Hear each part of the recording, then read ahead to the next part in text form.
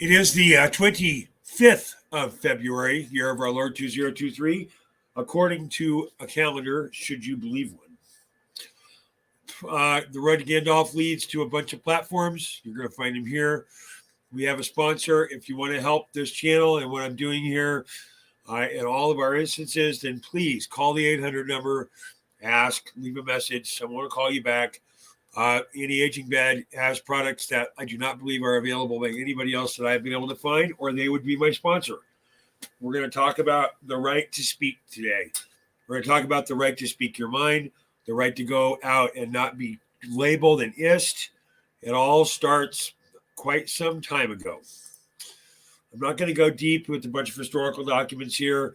I found this video. This girl's good. She does Truth Stream Media. She's got a couple of different channels. Let's talk about this.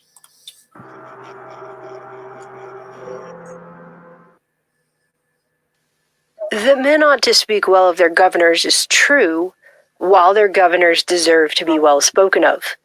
But to do public mischief without hearing of it is only the prerogative and felicity of tyranny. The prerogative and the felicity of tyranny is all about what's going on with Twitter drops. There's a guy named Matt Taibbi.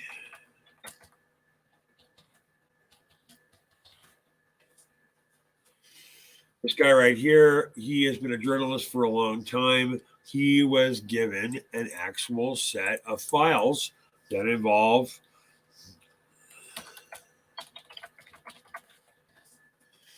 all of these new pieces that are being rolled out. So ever since Elon Musk took over, and you can go do your own research on this. It's actually on mainstream media, but this has been talked about. This is John Adams talking here.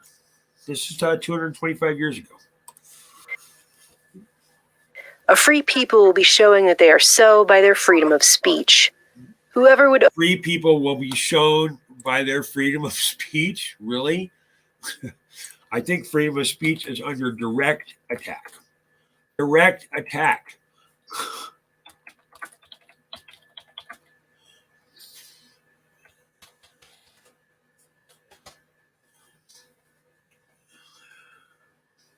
Repealing Section 230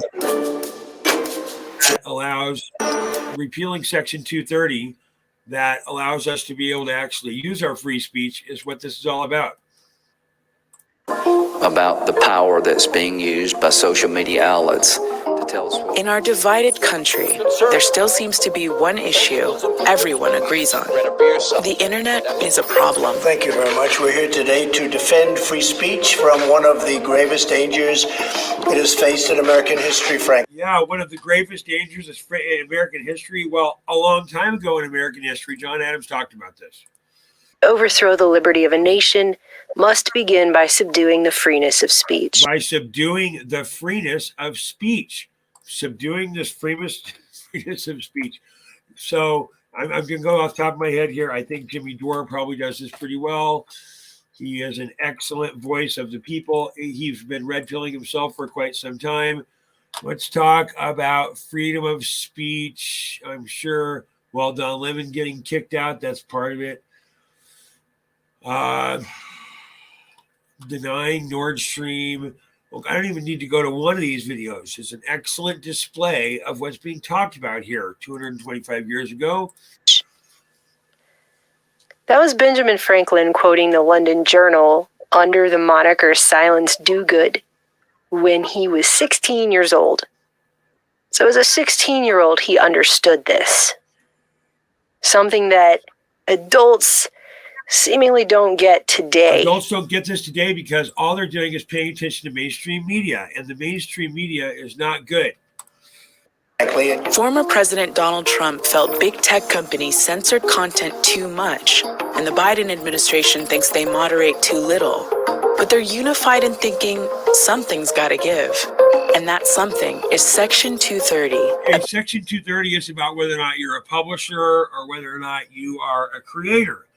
But we hear from do-good in the 1800s that that this is not the way it should end up. What sort of community do you live in? Where would you place it on a democracy-despotism scale? To find out, you can rate it on a respect scale and a power scale. And to find out what way it is likely to go in the future, you can rate it on economic distribution and information scales. Economic distribution and information.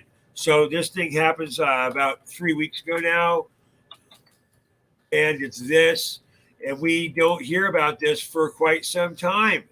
Everyone's blaming everybody. Everyone's blaming everybody, okay? And this is nobody's fault because the EPA comes in and says, really?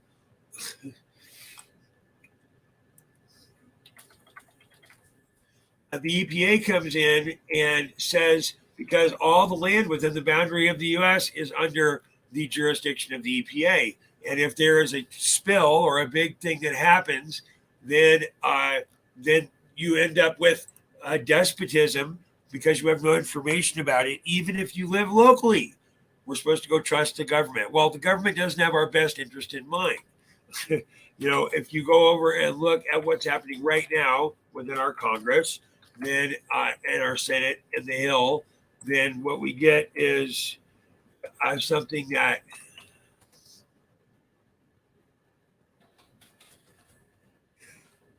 looks like actual representation from us, then we can't find it unless it's a very exclusive set of people. Marjorie Taylor Greene is one of these. She has come out and said many times that she was censored. So over here, we're talking about censorship, economic distribution, information. Here's an example of how information currently flows in our society.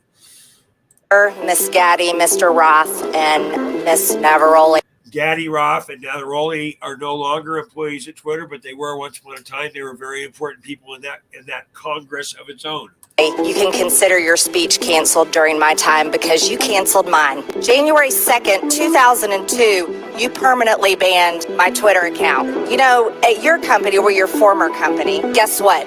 None of you hold security clearances. None of you are elected, and none of you represent 750,000 people like I do. So this is an elected representative who was absolutely censored. This is what Adams is talking about. This is the economic distribution of information. The lower your community rates on economic distribution and information scales, the lower it is likely to rate on respect and power scales, and thus to approach despotism. Without freedom of speech, there can be no freedom of thought. And if you don't have freedom of thought, how can there be anything as liberty? The short answer is there can't be. If you're not allowed to think for yourself, or worse, even learn to think for yourself. And this is something I've been thinking about quite a bit lately. Thinking is not the same as believing, by the way.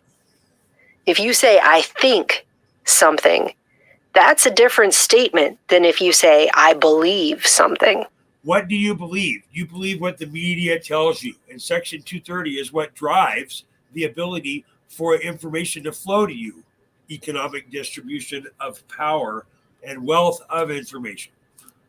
Piece of legislation you may not understand yet, but have probably heard of by now. The repeal of Section 230. Section 230 status. Section 230. Section 230. Section 230. Section 230. To understand Section 230, you have to understand what the world was like before it was passed in 1996. And what you have to look at is what was the liability of companies that distribute other people's content. So before the internet, that was mainly bookstores and newsstands. And the general rule under the common law and the First Amendment is that a distributor is only liable for someone else's content if it knew or had reason to know of the illegal content. So a bookstore bookstore could be liable for selling an obscene book if it knew that the book was obscene.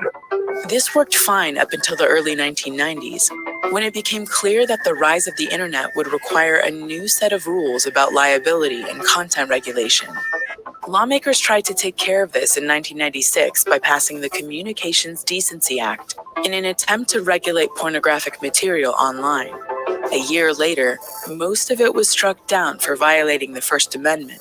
But So this gets struck down for violating the First Amendment. This is quite some time ago. But what's happening right now is that we have, let's see if I can find this in a quick search.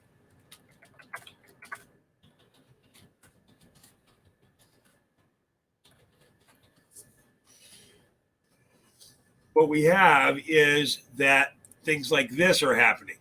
Welcome back to the comment section. I'm Brett Cooper. I seem very happy right now, and I'm genuinely in a good mood this morning. But last night, I was not, because I opened up Twitter and Instagram and was bombarded by photos and videos of a specific event that happened in Dallas, Texas last night. You might already know what we're about to talk about, but before we jump into it, make sure that you like this video, subscribe. Are you serious? And it was a drag performance for children. I have some videos here, and I'm very sorry. So a drag performance for children is where we end up, because that is free speech. But yet finding out about things through Section 230 guidance that says I'm a publisher, that's different. So where, the rule here is you're not supposed to be able to yell fire in a crowded theater if there's no fire. I think there is a fire. 230 stuck. So what Section 230 says is that the person who posted content online is the one who is legally responsible for it. And the platform where they posted it, in most cases, will not be legally responsible for that content. It's not just big tech companies that rely on Section 230. It is any company that operates a website or an app or any other online platform that takes user content. In fact, bigger tech companies, with their massive bank accounts and teams of lawyers, would weather changes to 230 more easily. But smaller companies are at risk, which could cause a huge range of problems, not just for their sites, but for society at large. The web is ephemeral and it changes constantly. And in fact, we know that the lifespan of a web page before it either changes or is deleted is only 100 days. And without the Internet Archive, without the Wayback Machine, those things could be lost forever. Leela Bailey is a lawyer for the Internet Archive, a nonprofit library whose entire collection is online. A straight up repeal of CDA 230 would lead to all kinds of legal uncertainty. As the Internet Archive, we would have to spend a tremendous amount of resources just trying to figure out how we could exist. Libraries are places that house some of those unconventional, sometimes controversial, books and materials. A lot of our collections might have to be, basically, quote, taken off our digital shelves. One just very recent example comes to mind here, and that is Donald Trump's tweets. Twitter made a particular decision about the fact that they felt like his tweets were causing some kind of harm, and they removed not just the tweets that were causing harm, but his whole... Yeah, they removed all of them. That this is what is being talked about here on why the First Amendment is the First Amendment, an amendment to the original document that is our Constitution on which our republic is supposed to stand. That itself is also in question. These may be synonyms, but they're not the same thing. To think is defined as to employ any of the intellectual powers except that of simple perception through the senses, to exercise the higher intellectual faculties. But on the other hand, to believe is to exercise a belief in. So then you have to say, what's a belief?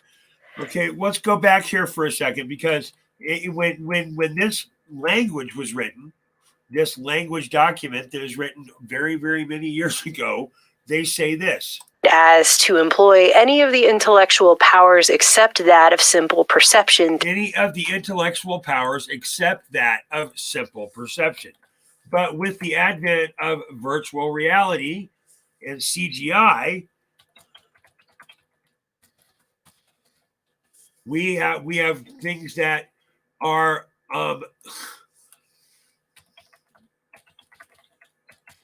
look like this, where we don't know what's real and what's Dr. Z, we love your skincare videos. so our senses over here, it says through the senses, but they're not the same thing. To think is defined as to employ any of the intellectual powers except that of simple perception. Any of the intellectual power except that of simple perception, right? So once we get here, we're going to see this. An overlay of reality. And the results are truly mind-boggling. Watch this. There's no whale there. There is not a whale. This is a virtual reality. So over here, I have a document that's a couple of 100 years old that says that to think is through the senses, to exercise the higher intellectual faculties. The higher intellectual faculties, when assaulted by this type of virtual reality,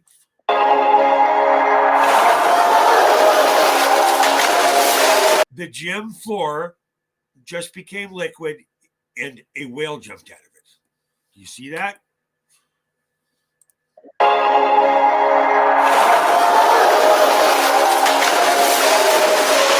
So when the document over here is written, it doesn't know about the internet.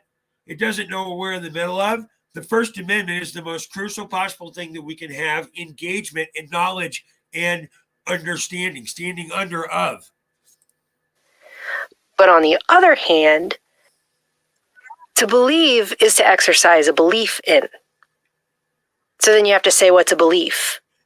A belief is to assent to a proposition or affirmation, or the acceptance of a fact, opinion, or assertion as a fact, an opinion, or an assertion when you are being assaulted by a reality that is virtual in nature and you don't know it.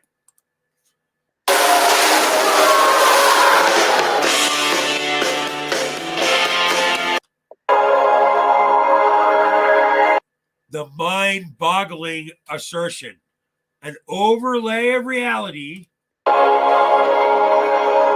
that is mind-boggling. So let's just say that you didn't know any of this was real or not real, and you walked out to go to your car, and a whale toppled on top of it. That would be mind-boggling, wouldn't it? Wouldn't that be mind-boggling?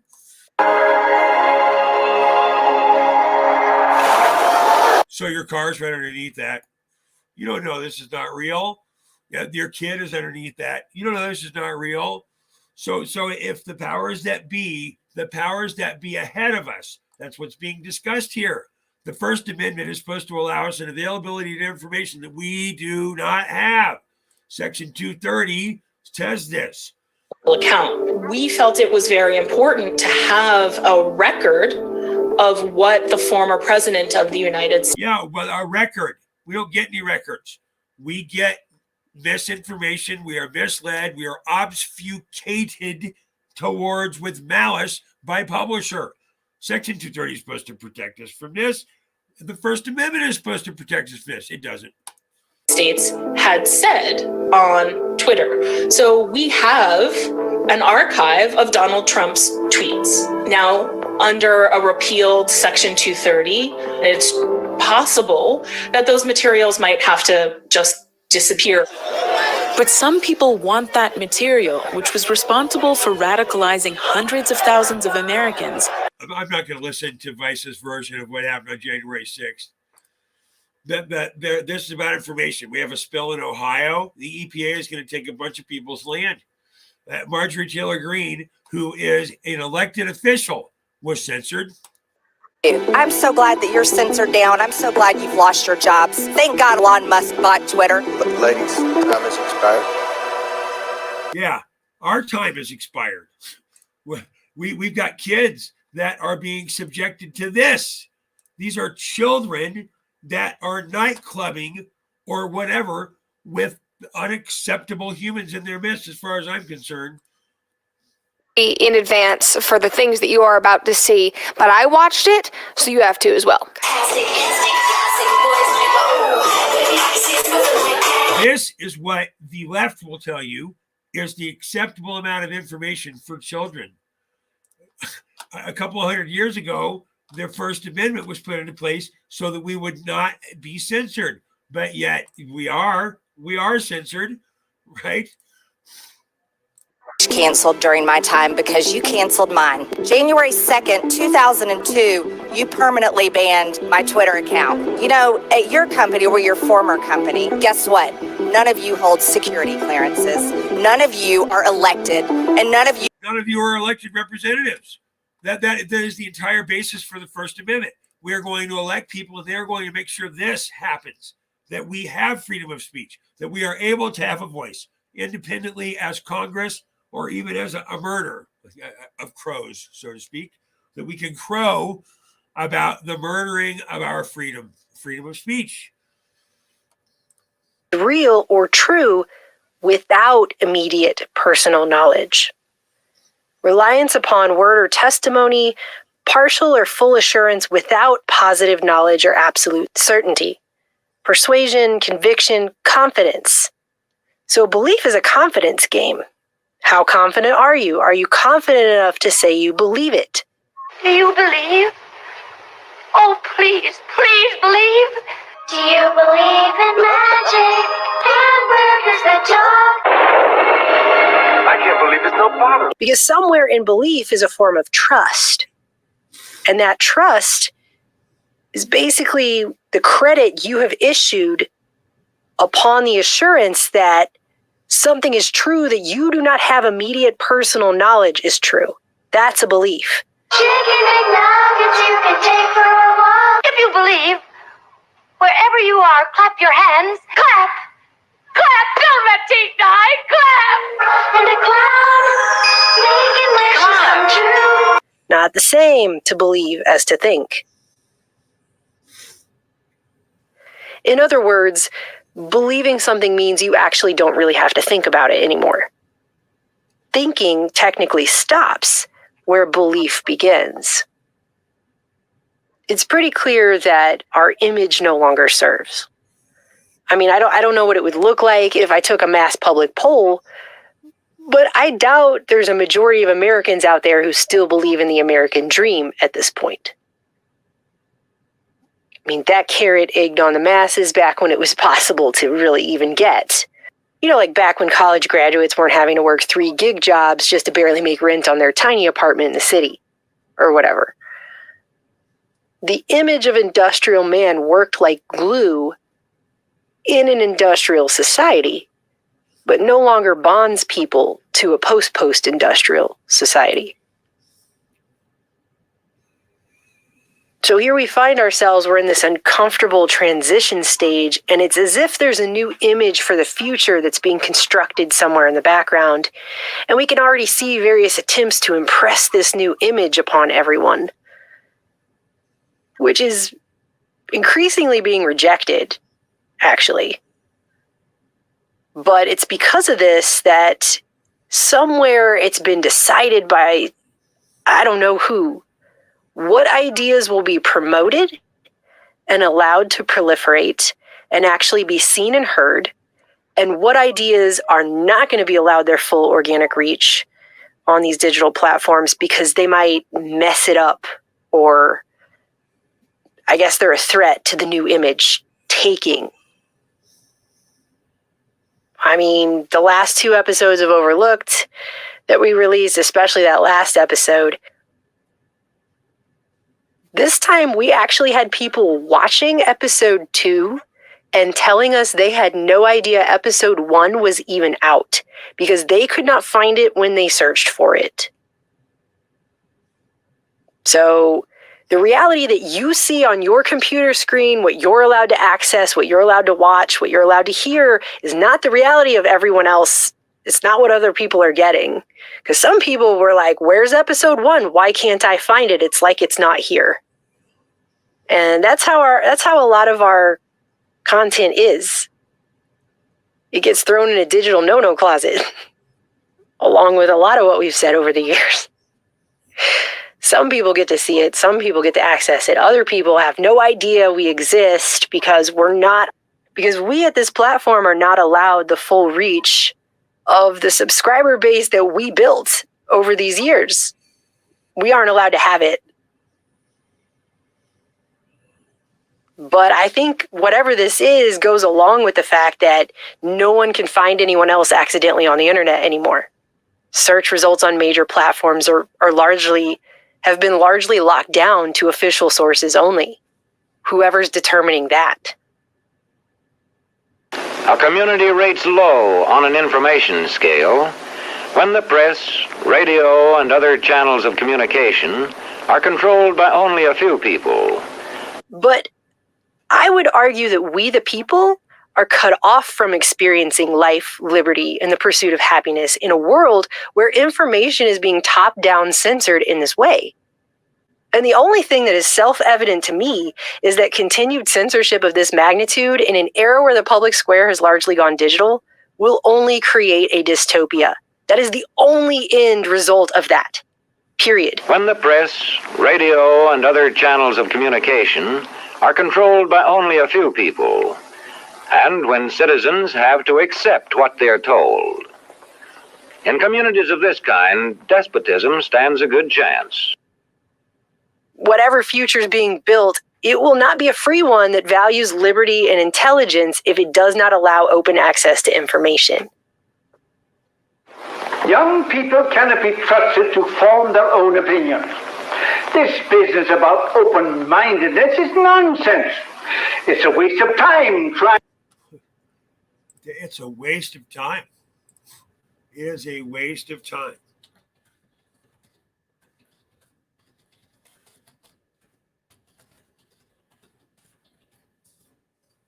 So the average American checks their phone 96 times a day. Oh, wait, 344 times a day. If you look at the number of times that there is to a real device engagement, your device is engaging with you as many as 2,617 times a day. So 2,600 times a day, your phone tries to get your attention, and the average person is from 58 to 344. If you spend 8 hours sleeping away from your phone because you're asleep, and 16 hours engaging with your phone on the low end, that means that you're still checking your phone every 10 or 12 minutes. How are you going to protect yourself against the programming of the machine when you never get more than 9.5 minutes away from checking the machine? Trying to teach students to think for themselves. It's our job to tell them. Why is the First Amendment, which includes the... Remember what we just talked about. We just did this. I'm going to do it again. Over here, we're talking about how many times a day we're checking the program to make sure we're on target. What's our schedule? Did someone like my thing? Was I reposted? I want a serotonin kick from the device in my hand that's ejecting electromagnetic frequency and hurting me. But what it's really doing is this. It's taking the young people and manipulating them. Trying to teach students to think for themselves. You can't think for yourself, that school teacher look. Check your phone. See who... Well, wait, I know what I'm supposed to think. Let me check my phone. It's our job to tell them. Why is the First Amendment, which includes the freedom of speech, first?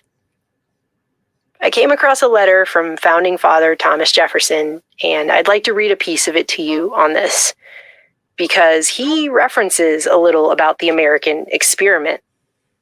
American political thinkers, writers, and historians have long referred to America as an experiment, actually. And it's not something that gets talked about very much anymore. But that's what this place has been, from its inception always. And I mean, sometimes you'll occasionally hear someone mention it in terms of it's an experiment in democracy or something, but they'll say it in a way that makes people basically start to fall asleep like they're in a remedial history class. But I have to tell you, after years of researching and reading history, I think there's more to it than that, and there are breadcrumbs everywhere alluding to it. And this is one of them. So, Jefferson wrote this in 1804 to Judge John Tyler, who would later become the 15th governor of Virginia, not to be confused with his son, who was the 10th president of the United States, also named John Tyler. Jefferson wrote, "No experiment can be more interesting than that we are now trying, and which we trust will end in establishing the fact that man may be governed by reason and truth. Our first object should therefore be to leave open to him all the avenues to truth. The most effectual hitherto found is the freedom of the press. It is therefore the first shut up by those who fear the investigation of their actions." Government censorship is one form of control. It is also possible for newspapers and other forms of communication to be controlled by private interests. I thought I told you to kill that story. It'll cost us a lot of advertising. If that story goes out, I quit. All right. I thought I told you to kill that story. Oh, wait a second. Do you mean like a story that would involve a president, and then it might be censored? That it might be wait a minute. That what we just heard from an 1804 writing of the Hunter Biden laptop story. Just go there. Just go look at this on your own. It's a story. It was censored. It was censored at a time that greatly affected our nation. Truth. Right. The firmness with which the people have withstood the late abuses of the press, the discernment they have manifested between truth and falsehood, show that they may be safely trusted to hear everything true and false and to form a correct judgment between them. As little is it necessary to impose on their senses or dazzle their minds by pomp, splendor, or forms. Instead of this artificial, how much surer is that real respect which results from the use of their reason and the habit of bringing everything to the test of common sense. I hold it therefore certain that to open the doors of truth and to fortify the habit of testing everything by reason are the most effectual manacles we can rivet on the hands of our successors to prevent their manacling the people with their own consent. There's a lot to manacling the people of their own consent. I think things that are under things like this. I'm going to try and stay away from these words. We consent to everything by viewing and saying nothing. We consent by silence, consensual silence. We must not be silent. 1800s, 218 years ago, this was a warning we did not heed. unpack in that paragraph. The real respect which results from the use of their reason. I mean, very obviously, and especially over the past several years, it has been decided somewhere that people cannot, quote, safely be trusted to hear everything true and false and to form a correct judgment between them. Someone's deciding what judgment's going to be formed. But in censoring, we're not even being allowed to form judgment at all. Censoring information does not allow for people to form a correct judgment, as Jefferson puts it, because you're not allowed to even form one. Having the truth handed down from appeal to authoritarians up on high, while blackholing, burying, or hiding any information from you that might contradict or call that truth into question, disables you from being able to build and use logic and reason to arrive at a conclusion of truth for yourself. Right? You don't even get to use your brain in the same way. It bars you from even being able to build the skill of thinking for yourself to censor information. These are the steps to self-reliance as I see them. Assume responsibility, be informed. Assume responsibility. Be informed. know where you're going, make your own decisions. That's it. Assume responsibility, be informed, know where you're going, make your own decisions. Oh, I had to do that. They made me. I would have lost my job. Assume responsibility. You chose your job over your decision. Or you made a decision to keep your job because the cascading things were, I don't know. Well, were you informed? Were you told what was going to happen when you made that decision? Do you know where you're going next? Are you going back to that same spot? Because you're going to make your own decisions about where you're going. So you should be informed and assume responsibility for your own actions.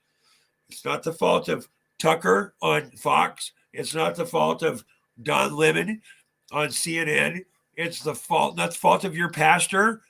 It is not the fault of your spouse or your children. It is your responsibility. And if you are a spouse and have children, you have the responsibility that is greater than yourself. The steps to self-reliance. Assume responsibility, be informed, know where you're going, make your own decision. That's what the First Amendment tells us to do.